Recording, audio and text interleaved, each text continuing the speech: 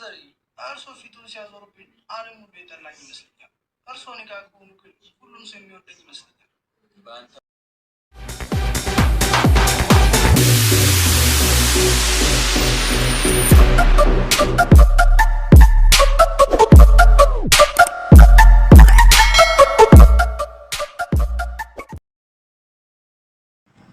እንግዲህ ታሬና ኤልያስ እዚህ ጋር ስለ ሀና እያወሩ ይገኛሉ። ሀና ይቅርታ መጠየቅ እንዳለባት ኤልያስን እንዳስቀየመችው እንግዲህ ተሰምቷታል። እንዲሁም ደግሞ ጆሮም ባደረገላት እሷን ለመተባበር ብሎ እሷ ግን ሳይገባት ጆሮን ስላስቀየመችው ይቅርታ መጠየቅ እንዳለባት በራሷ ተሰምቷት እንግዲህ ይቅርታን ጆሮን ለመጠየቅ እንደምትፈልግ አስባ ጆሮንም ይቅርታ ለመጠየቅ እንግዲህ ሀና ፈልጋለች። ይሄም ሳይሆን ደግሞ ድጋሜም እንዲሁም ደግሞ ፍቅርና ነሐሴ ያው የጀመሩት ነገር አለ። በዛ ነገር ላይ እንግዲህ ሀናም ጆሮም እንግዲህ እዚህ ጋር እያላት ያለው ነገር ቢኖር አንቺ ምንም አላረግሽም፣ ምን እንዳረግሽኝ ምንም አላስታውስም ብሎ እንግዲህ የሀናን ይቅርታ ተቀብሏታል። አባቷም እንግዲህ ከአባቷ ጋርም ከሀኒ አባት ጋራ ጆሮንም እንግዲህ አስታርቀዋለች፣ ፍቅር ማለት ነው። ፍቅር እንግዲህ የጆሮ የእንጀራ አባቱ ልጅ ናት። ነገር ግን ያው ወንድሜ ነው የምትለው በታሰረ ጊዜ ነው እነ ሀናን ያወቀቻቸው እሱ ጆሮ ልኮባቸው ማለት ነው። በዛም የተነሳ እንግዲህ ከሀና ጋር በተተዋወቀችበት ጊዜ ከናሴ ጋር ተተዋውቃ ነበረ። አሁን ጓደኛሞቹ ነው እንግዲህ በጣም ቤስት ጓደኛሞች ናቸው፣ ይገናኛሉ አብረው። ሀኒም እንግዲህ ባረገችው ነገር ሳታክ ስላስቀየመችው በጣም ስለተጸጸተች ወይም ደግሞ እሱን ማስቀየም እንደሌለባት እሱ ለእሷ ብሎ እሷን ለመርዳት እንዲሁም ደግሞ ያለችበትን ነገር ስላወቀ ብቻ እሷን ለማገዝ በተነሳ ጊዜ እሷ ደግሞ ባልሆነ ቃላት እሱን ስላስቀየመችው ያን ነገር ስላለ ይቅርታ መጠየቅ እንዳለባት ጆሮን እንዳሳዘነችው ብዙ ነገር እሷ እንግዲህ ስትናገር ነበረ ማለት ነው። ያም ብቻ አይበቃም። እያረገው ያለው ነገር ወይም ደግሞ እየሆነ ያለው ነገር በዛ ብቻ ስላላበቃ ሰላም እንግዲህ ቤት ውስጥ ምን ሆነሽ ነው ሀኒ፣ አሁን ለታ ያልሽ ነገር አለቀልሽ ወይ ብላ እንግዲህ ሰላምን ትጠይቃታለች ማለት ነው። ሰላም ሀናን ትጠይቃት፣ አይ ማድረጉን አልቆልኛል፣ ነገር ግን ተገናኝተንም ሆነ አግኝቼው አላወራሁትም፣ ጆሮን ገና ይቅርታ ጠይቋለሁ ብዬ ነበረ ብላ እንግዲህ ትመልስላታለች። ከመለሰችላት በኋላ ደውለሽ የት እንዳለ ጠይቂውና አብረን ሄደን ይቅርታ ጠይቀሽው ትመለሻለች ትላታለች። በፍጹም ሰላም ይሄ ሊሆን አይችልም፣ እሺ ካለኝም ራሱ ማለት ይቅርታዬን ለመቀበል እሺ ካለኝ ራሱ ብቻዬን ሄጄ ነው የማገኘው፣ አብረሽኝ እንድትሄጂም አይሆንም ትላታለች። እንግዲህ መጀመሪያ ሀና ስራ ስትቀጠር እዛ ቤት ሀና ሌባ ናት ብላ ሰላም ለእናቷ ልትናገር የበቃችው በማን የተነሳ ነው? በጆሮ የተነሳ ነው። ጆሮ ነው ስልኩን የሰረቀባት። ነገር ግን ሀናን ጠርጥራ ሰላም በጣም ችግር እንዲሁም ደግሞ ከስራ እንድትባረር ብዙ ነገር ያው በነሐሴ ብርታት እንዲሁም ደግሞ እሱ ተባብሯት ነው እዛ ስራ ቦታ የተመለሰችው እንጂ ብዙ ዋጋ ነው ያስከፈላት። ነገር ግን እንግዲህ ሲገናኙ ከሱ ጋር እንዳይገናኙ ስለፈለገች ብቻዬን ሄጄ ይቅርታ ጠይቀዋለሁ ስትላት፣ ሰላም ደግሞ ቆይ እስከ መቼ ነው እኔን የማታምኚኝ? እስከ መቼ ነው ጓደኛሽ መሆን የማልችለው? ስለዚህ ጓደኛሽ መሆን ነው የምፈልገው፣ ልታምኚኝም ይገባል፣ አብሬሽ ሄጄ ይቅርታ እንድጠይቂው መሆን አለበት ብላ ትነግራታለች። ኧረ በፍጹም አይሆንም ሰላምዬ ስትላት፣ እምቢ ስትላት እንግዲህ ሰላምን እዛ ጆሮ ጋር ትሄዳለች። ጆሮም እንግዲህ እንዳየችው አዲስ አልሆነባትም። ሰላም ታውቀዋለች። የሆነ ቦታ ማቀ መሰለኝ፣ የት ነው አቀ ነበረ ብላ ስጠይቀው፣ አዎ ታውቂኛለሽ፣ ተመሳስለህብኝ ነው ወይስ ራስህ ነህ ስትለው፣ አረ ራሴ ነኝ። የምታውቂኝም እንግዲህ ያው በፊት እሱ በምንድን ነው አንደኛ ይሰርቃል፣ መንገድ ላይ ነው የሚያድረው፣ ያሸሻ ያጨሳል፣ ብዙ ነገሮች እናንና የሀናን አባት ካገኘ በኋላ ግን በብዙ ነገር ተሻሽሎ እነሱ ያሉትን በማድረግ እነሱን በመስማት ከነሱ ጋር ላለመለየት እንግዲህ ሀናን ያው ፍቅር አጋጣሚ ነው አይደል የሚባለው፣ ስላፈቀራት እሷን የሚያስደስታትን ነገር ለማድረግ ያው ብዙ ነገር ይሞክራል። ጆሮ እስር ቤትም የገባው አባቷን ረድቶ አሳክሞላት ሀና ካለችበት ጭንቀት ለማሳረፍ ነው። እንግዲህ የምሰራባቸው ሰዎች 100,000 ብር ሰጥተዋታል። ያ 100,000 ብር ግን በዚህም በዛም ብላ ደግሞ እንትና እንደረዳችበትም እንግዲህ ሁላችንም የምናውቀው ነገር ነው። ማንን ሰላም የገጠማት ነገር ላይ ብዙ ብር ተጠይቃለች። ያንን ብር ደግሞ ከበር ያደረገችላት ማናት? ሀና ናት፣ በተረዳችበት ማለት ነው። ያ ነገር ስላለ እንግዲህ ኦኬ እንደዛ ነው እንዴ፣ እንደዛ ካልከኝ በቃ ይስተካከላል በማለት እንግዲህ ትመልስለታለች እሷ ማለት ነው። ከመለሰችላት በኋላ እሱ ምንም አላለም። ይቅርታ ይጠያይቃሉ። አዎ እዚህ ቦታ ነበር፣ በቃ እሺ ካልሽ ሰላምዬ ምንም ችግር የለም ትልና ይቅርታ ጠይቀዋለች። ምንም ብታረጊኝ ያለሽበትን ነገር ስለማውቅ እኔ አልተቀየምኩሽም ሀና ብሎ እንግዲህ ጆሮና ሀና ሰላም ፈጥረዋል። ከአባቷ ጋራም ሰላም ፈጥረዋል። ጆሮና አባቷ እንግዲህ ያው ዛሬ ቤተክርስቲያን ሄደው እሱ ዟቸው ወጥቶ እሱ ነው እንግዲህ የሚጠብቃቸው። እሷ ስትወጣ እሳቸውን እንዳይደብራቸው ወይ ደግሞ ብቻቸውን እንዳይሆኑ የሚያግዛት ለሀና ማን ነው? እሱ ነው ስለሚያግዛት ነው መጀመሪያም የቀረባት። ወይም ደግሞ ከዛ ሀገር ከመጡ በኋላ ለእነሱ እሳቸውን የሚያግዛት፣ እሳቸውን የሚረዳላት፣ እሳቸው ብቻቸው እንዳይሆኑ እዟቸው የሚወጣው ምናምን ጆሮ ነው። ይሄ ነገር ስላለ ነው እንግዲህ ሀና በሱ ላይ መጨከንም ሆነ እሱን እንትን ማለት ያልፈለገችው። ኤልያስ እንግዲህ ወደ መጣበት አገር ሊመለስ ነው። የሚመለስበት ደግሞ ዋና ኬዝ ያ የሆነ ነገር አድርጎ አባቷ እንዲታከም ለመርዳት መፈለጉ ነው። የአባቷ መታከሚያ ስንት ብር እንደተጠየቀ እንዲያጣራ ኤልያስ ልኮን ነበረ ታሬ እንግዲህ ሽማግሌው ጋር ሄደው ስንት ብር ነው የተጠየቁት፣ የሕክምናዎት ነገር እንዴት ነው፣ ምን ማድረግ ነው ያለብኝ ብሎ ሲናግራቸው እኔ ሕክምና ነገር ምንም የማውቀው ነገር የለም፣ ስለ እኔ ሕክምና ስለ ሁሉ ነገር የምታውቀው ሀኒ ናት፣ ይኸው እየተጨነቀች ያለችብኝም ሀኒ ናት ብለው እንግዲህ እሳቸው ያለውን ነገር ይነግሩታል። እሱም ባለችው መሰረት እንግዲህ ሄዶ ኤልያስ ምንም ነገር ሊነግሩኝ አልቻሉም። ምን እንደሆነ በሽታቸው ወይ ደግሞ ስትበር እንደተጠየቁ እሳቸው ሊነግሩኝ አልቻሉም ብሎ ታሬን ለኤልያስ ይነግረዋል። ኤልያስ እንግዲህ ሀናን ተገናኝቶ ለምንድን ነው ከስራ በጊዜ ወጣቱ? ሰዎችሽ ጥሩ ናቸው፣ አሰሪዎችሽ ከስራ ቦታ በጊዜ ይፈቅዱልሻል? ስራት አዎ በጊዜ ይፈቅዱልኛል። ያሰሪ ልጅ እኮ ጆሮን ያስቀየምኩት ነገር ስለነበረ እሱን ይቅርታ አልጠይቀው ስወጣ በቃ ውጭ ብላኝ አብራኝ ነበረ። አብራኝ በወጣችበት ደግሞ በቃ ወደ ቤት ሄዳለሁ አንችላለን ከዛ ነው የተገናኘ ኤልያስ ሰላም ደስ ብሎኛል። እንዲህ እሱ አባቴ ሊያሳክምልኝ ለእኔ ብሎ ዋጋ አስተካክል የደረበት ፍቃድ ተናግሬ ነበር። ለዛ ደግሞ ይቅርታ አልጠይቀው ማለት ነው። ደግሞ በጣም የዋህነት የተነሳ አይደለም የተናገርኩት ቃል ምን እንደሆነ እንኳን አያስታውስም ነበረ። እኔ ግን ይቅርታ መጠየቅ ስላለብኝ ይቅርታ ጠይቄ መጣሁ ብላ ተናግረዋለች። አዎ ልክ ነሽ ጆሮ እንደዚህ ማድረግሽ ጥሩ ነው ብሎ እንግዲህ ይነግራታል ኤልያስ ማለት ነው። እንኳን ይቅርታ ጠየቅሽ፣ ከይቅርታ እንግዲህ ያልተ ነገር የለም። ምክንያቱም ሰው ሆነን አንሳሳት ማለት አንችልም። ከዛ በኋላ አዎ እንደዛ ከሆነ ጥሩ ነው ብላ እሷ ነገሮችን ትላለች ለማስተካከል ደግሞ ለማስረዳት ነገሮችን ትፈልጋለች።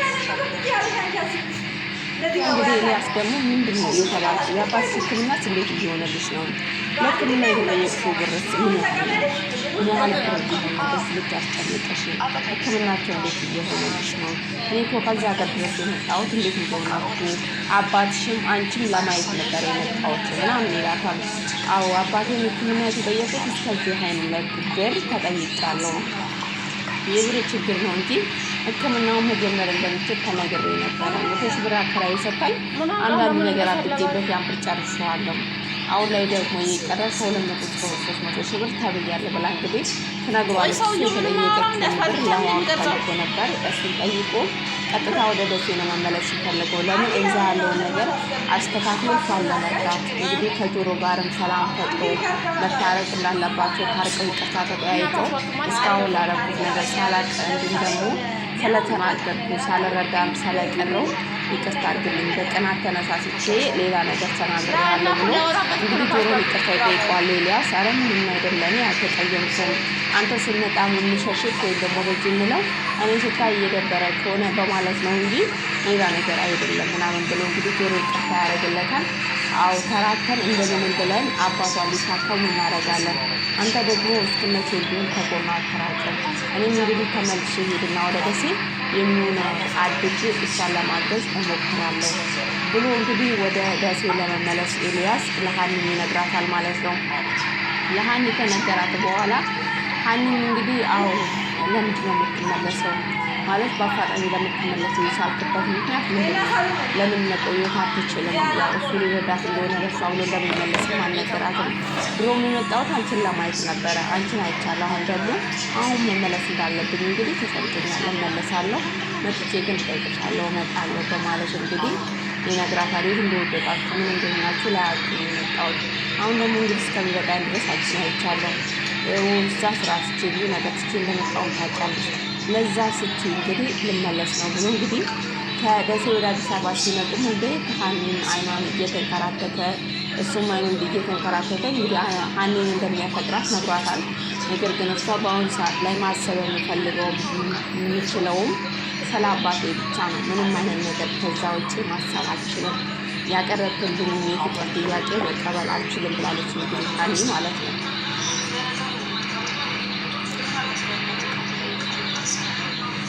ያ ስለሆነ እንግዲህ ምንም ማድረግ አይችልም እሱ ኤልያስ። አሁንም እንግዲህ እሷን አይቶ እንጂ ወይ ፍቅሩን ተቀብላ ወይ ደግሞ እሺ ብላ ምናምን አይደለም። ግን አይቶ ያው ደስ ብሎት ማግኘት ያለበት እሷን ስለነበረ እሷን አግኝቶ ነው ኤልያስ ወደ ደሴ ተመለሰው ማለት ነው። እንግዲህ ጆሮና ሽማግሌውም ደስ ብላቸው እሷቸው ወደ ቤተክርስቲያን ይዟል ማለት ነው። እሱ ወደ ቤተክርስቲያን እንዲሄዱ ስለሚፈልግ ብቻ ሽማግሌ እንግዲህ ይዘውት ሄደዋል ማለት ነው። ጆሮን እንግዲህ በጣም ያቀርቡታል። እሱም በጣም ነው የሚቀርባቸው። ያ ነገር ስላለ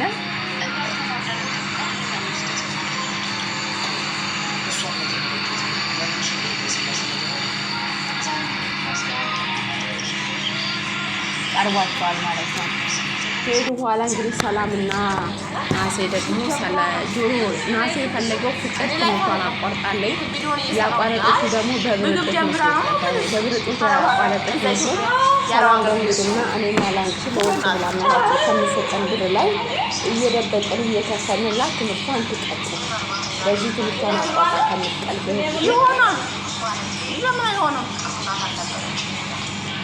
ሰላምን ያማክራታል። ሰላም ደግሞ ማን እንደሆነ ልጅቷ ባላቅም ማቱን ባላቅም ይሄ ነገር ግን እሺ ስትለው እንግዲህ በጣም ደስ ብሎት ትንሽ እንደዛ ካልሽ ደስ ይለኛል በማለት ይተውና ለመረዳት ወይ ደግሞ እሷን ለማስረዳት ይፈልጋል ማለት ነው። ከዛ ፍቅርን ይጋብዛታል። ያው ወጥተው እረፍት ናቸው። እኔም እረፍት አንቺም እረፍት ስለሆን እኔና እንገናኝላታል። ከዛ ከተገናኙ በኋላ ይነግራታል። ትምህርቷ መቀጠል እንደምትችል ብርም ደግሞ እንደሚያግዛት ሁሉንም ነገር ያስረዳታል። እሷ ደግሞ እኔ ትምህርት ያቋረጥኩት ወይ ደግሞ ይህን ችግር ላንተ የነገርኩት ብር ቸግሮኛል ማለት አይደለም። የኔ አባት ደግሞ ቁማርተኛ ቢሆን እኔን ማስተማር የሚያስተዋል አይደለም። ነገር ግን በአባቱ የተነሳ የሚፈልጉ ልጆች ስላሉ ለዛ ብላ እንግዲህ ታስረዳዋለች። በዚህ ጊዜ ሌላ ቀምራታዋለ እንዲከፍላትም ሆነ እሷን እንዲረዳት አልፈለገችም ፍቅር ማለት ነው። ፍቅርና ግን ሴት ከፍ እያሉት ያው ሌላ ነገር ያስመስልባቸዋል። ሰላምም እንግዲህ ጠርጥራለች። ያው ወንዶች ብዙ ጊዜ ፍቅር ሲይዛችሁም ሆነ የሆነ ነገር ሲጀምራችሁ ባልሆነ ነገር ነው የምትገቡት። ትክክለኛ ወይም ደግሞ ትክክለኛ እንደምታፈቅራት ወይ ደግሞ ትክክለኛ ሴት ለአንተ እስካልሆነች ድረስ እንዳትጎዳት ሆኖ የሚጎዱ ሴቶች ናቸው ብላ እንግዲህ ለወንድሟ ስትመክረው ነበር ሰላም ማለት ነው። ሰላም መቀየሯም ሆነ በዚህ ደረጃ ለሀኒም ለወንድሟም ለእናቷም ጥሩ ልጅ መሆኗ በጣም የሚያስደንቅ ነገር ነው። መጀመሪያ የነበረችው ሰላም በጣም ኃይለኛ፣ በጣም ማትታዘዝ፣ ማትሰማ፣ አመፀኛ፣ በጣም የምትሳደብ ነበረች። አሁን ላይ ግን በጣም ሰው አክባሪ፣ ፍቅር ያላት፣ መልካም ፍቅር የመሰለ ቤተሰቦቿ ለሀና ራሱ ያላት አመለካከት እንግዲህ ፊልም ስታይ ከመጣች ራሱ ፊልም ሰብለሽ በቃ በጣም መልካም ልጅ ተቀይራ ሆናለች እና ያችንም አሁንም እንግዲህ ሰው ለመርዳት ምንም ችግር የለም ብላ ትለዋለች። ከፍቅር ጋር በተደጋጋሚ ሲያወሩ በተደጋጋሚ ሲገናኙ ስላየች ሴት ልጅ ናት እንዳትጎዳ፣ ስለዚህ ያን ነገር ማድረግ ያለበት ደግሞ ያንተ ትክክለኛ ልጅ እንደሆነች ስታውቅ ነው ብላ እንግዲህ ተናግረዋለች። እሱም ደግሞ ምንም ችግር የለም ሰላም አታስቢ፣ እኔ ምን እንደማደርግና ከማታ ደግሞ እኔ አውቀዋለሁ ብሎ እሱ ይነግራታል ማለት ነው። ከዛ ትለዋለች እሺ እኔ ማስተካከል ያለብኝ ማስተካከላለሁ ብሎ እንግዲህ ከሷ ምክር ይቀበላል። ሰላም እሺ ብላ ነገሮችን ታስተካክላለች። ፍቅር ግን ይህን ሀሳብ ለመቀበልም ወይም ይህን ሀሳብ የሱን እንትን ለማድረግ አልፈለገችም። ምን የቸገረኝ ይሄ ሳይሆን ብላ እንግዲህ ታስረዳዋለች ማለት ነው።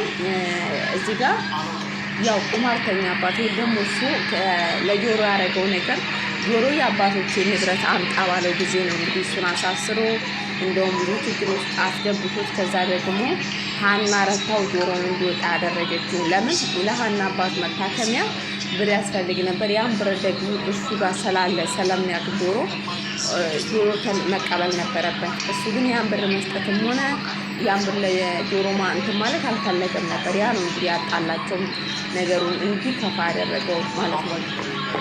ከዛ እሷም ደግሞ ሀኒ አረ እንደዚህ ቦልክ እንደዚህ ብታረግ ኖሮ ብላ እንግዲህ ነገሮችን ለማስረዳት እንትን ለማለት በጣም ስትፈልግ ነው የምትመለከቷት ማለት ነው።